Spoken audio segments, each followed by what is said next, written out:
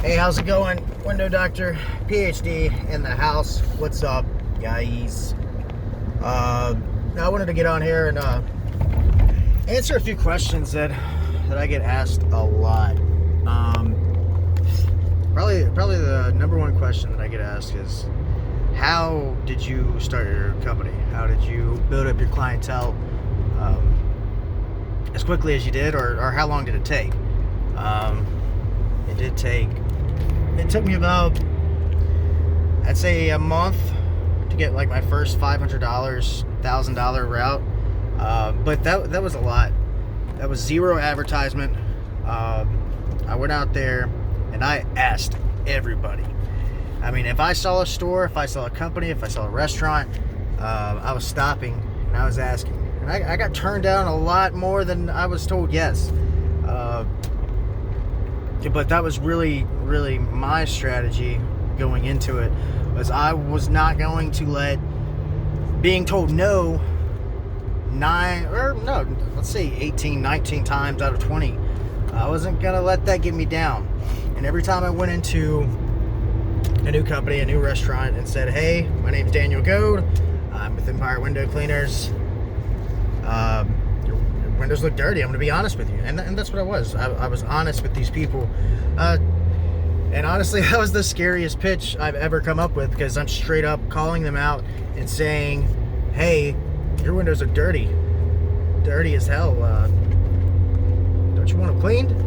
That was the strategy that I took. Sometimes I won, sometimes I didn't.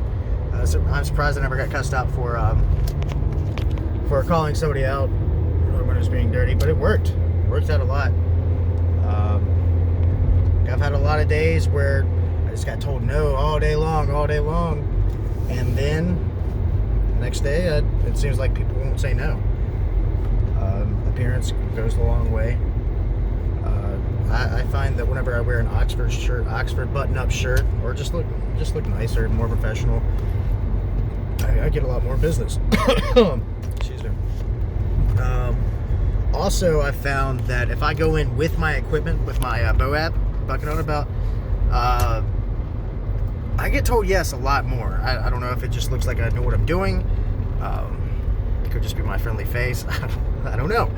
But really, I took the route of just grinding it out, going from store to store, restaurant to restaurant, company to company. And I can tell you this, I'm not fucking cheap. I'm not cheap. I match the most expensive window cleaner in my area. There's also a huge company that I compete with. I take their business all the time, even though what I charge is normally double what they charge. That's also another pitch that I go into whenever I'm selling somebody that already has their windows done by somebody else, is I know what I'm doing. Yeah, I'm more expensive, but at the end of the day, you're going to have that quality product that you won't be able to complain about, because it's going to be so good. And not to mention, a lot of the window cleaners, at least in my area, whenever they charge cheap, they're skipping windows. They're skipping a lot of windows. And what I offer and what I give my clients is a guaranteed great freaking job. And I have only had one complaint in the past 10 months that I've been washing windows. So if you're going out there and you want to start your own company, just go. But just know that it's going to be a grind.